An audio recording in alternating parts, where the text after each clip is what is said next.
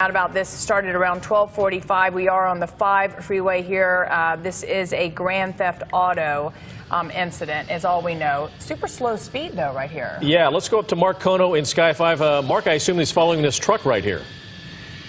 That's right, Glenn and Lou, good afternoon. This is actually going to be the 134 freeway eastbound coming through Glendale as we approach the 2 freeway. This initiated out of the Pacoima-Arleta area, a pursuit of this budget rent-a-car truck. It's actually a stolen vehicle. Apparently Foothill units of the LAPD picked up on this, and the pursuit was on. The guy jumped on the freeway southbound side of the 5 and came through Sunland, came through Burbank, came through Glendale, and now he is eastbound on the 134 freeway. We're talking about speeds of about 30 to 40 miles an hour, not maneuvering too fast at this point. That is certainly some good news in terms of danger to the commuting public and whatnot here. But again, eastbound side of the 134 freeway as we approach the 2 freeway. This guy traveling at a fairly low rate of speed. Having said that, we are talking about maybe half a dozen units of the LAPD who are following this guy. They're not getting too close for whatever reason, but again, a stolen budget rent-a-car truck, that bobtail that you see there. Apparently a stolen truck, and from what we could tell when we were at the rear of the truck, it looked like there were maybe some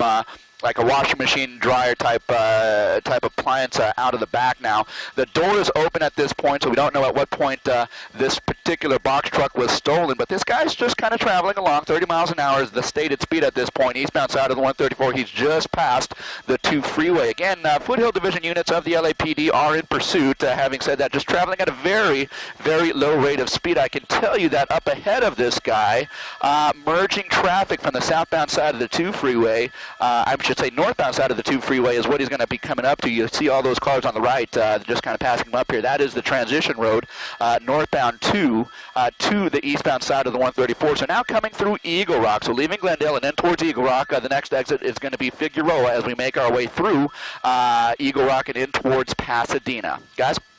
You know, Mark, it's interesting, and Glenn, it's interesting because a lot of times we see these pursuits, the cars, they're small. Yeah. This guy is not going to be able to maneuver in and out of massive traffic, you know. He's going to have to go slower here, probably figure out a little bit an easier way to maneuver. And what surprises me, too, is that these cars are just passing him. I would stay as far away as I could if I knew it was a pursuit. If they're just merging onto the freeway, they're not going to know that because, as you know, the black and white units are far back. Actually, one reason he's driving slow, you can't drive these very fast. Yeah. Most of these rental trucks have governors on them. So, you know, you're going to top out at maybe 55, 60 miles an hour. That's about all you can do in one of these. And that's why a lot of these cars not even know what's going on or just passing them. What's interesting is the back is open. Again, this started in Sunland. We believe at Sheldon in San Fernando. If there's a washing machine in the back, as Mark Kono told us, probably somebody may have been in the process of moving some furniture into a new house or a different apartment or something, and they probably were taking stuff in the house, and this guy hops in the truck and took off with it. Yeah, it's still unclear if this happened at a residential area or actually at the budget rental spot. But if you're just joining us, we are following a pursuit, a slow pursuit compared to what we usually see here. This happened about 12:45, and currently this truck is traveling eastbound on the 134.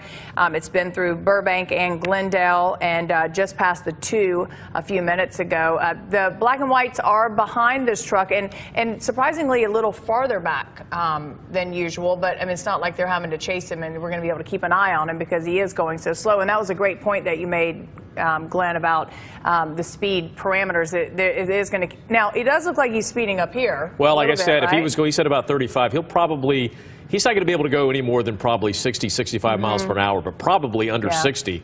And if he has passed the 2, then he is heading into the Pasadena area at this point.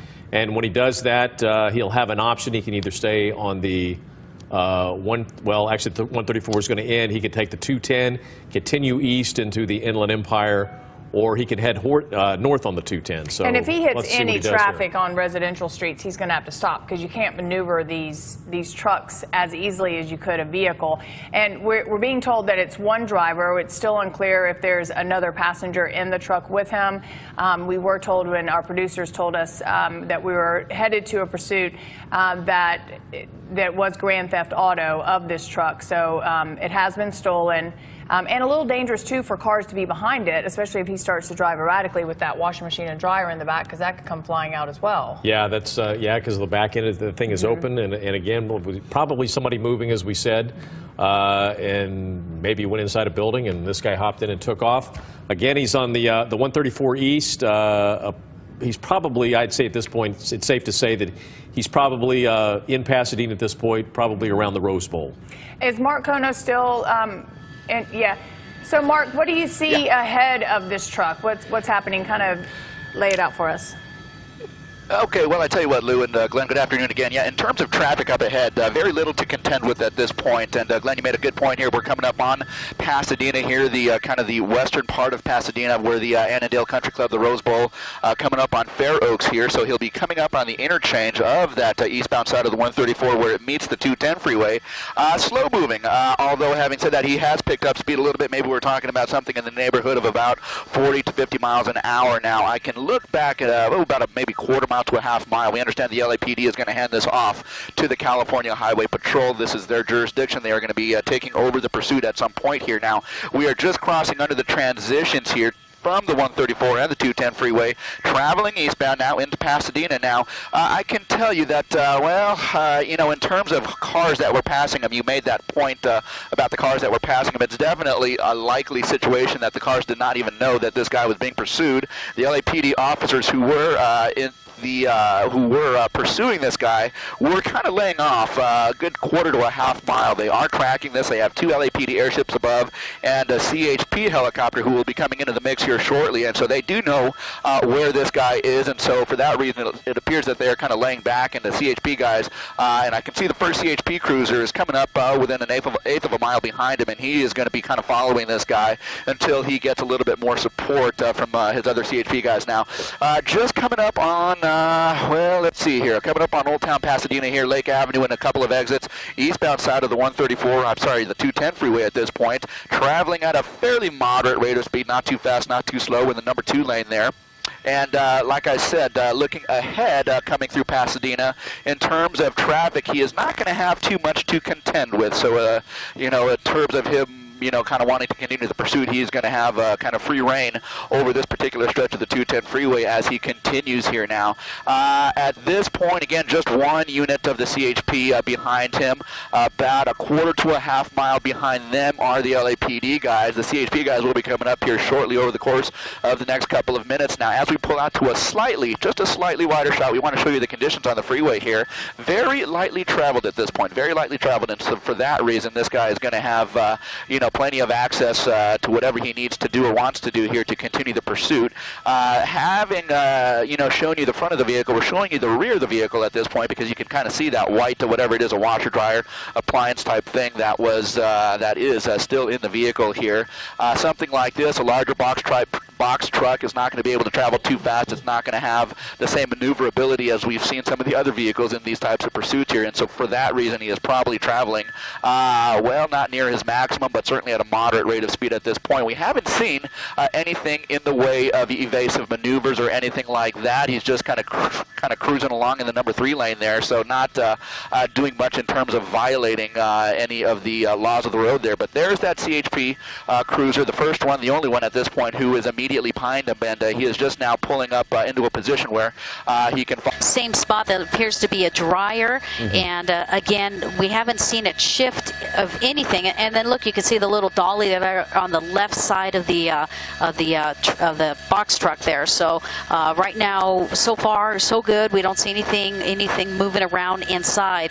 But from my vantage point, from what I see right now, it does not appear that that's dryer is secured. It doesn't appear to be tied up. I don't see any straps on it or anything, so perhaps it's just sitting there right now. Yeah, no. Next major exit, but because of the slow speeds, we haven't crossed over it yet. So Archibald exit should be coming up along the 210 freeway, and I would say we're probably about less than 2 miles out, and now we're starting to see some rain. There's some spectators up there. Milliken and Haven are some of your next exits there. So let me just bring up a little bit of light here, because we're actually starting to get into some weather, so that's going to change things now. We are starting to see some of the slick roadway down below, so even more reason why it's good that this pursuit is at slower speeds because now it's starting to rain here in the Rancho Cucamonga area off the 210. Yeah, slower speeds, and nothing has changed the course for this driver here. And you see a number of CHP officers there Right here, slowing down. on the side of the freeway. And again, take a look. There it is. There it is, Michael. Spike There's your strip. spike strip. We always told you that we normally don't see that being conducted on the freeway, but they On the on-ramp, and so let's see what we have here. We understood that there might be some sort of a spike strip situation waiting for him up ahead. There it And is. look at that. Yep, there it There's is. the spike strip I being knew pulled it. into place from the number 2 lane, and that was a very, very good, solid strategy by the CHP. They basically had that spike strip in the fast lane of traffic, and as he maneuvered over to the number 2 and number 1, or number 3 lane of traffic here, they just simply pulled that spike strip, and that vehicle went right over probably all 4 tires.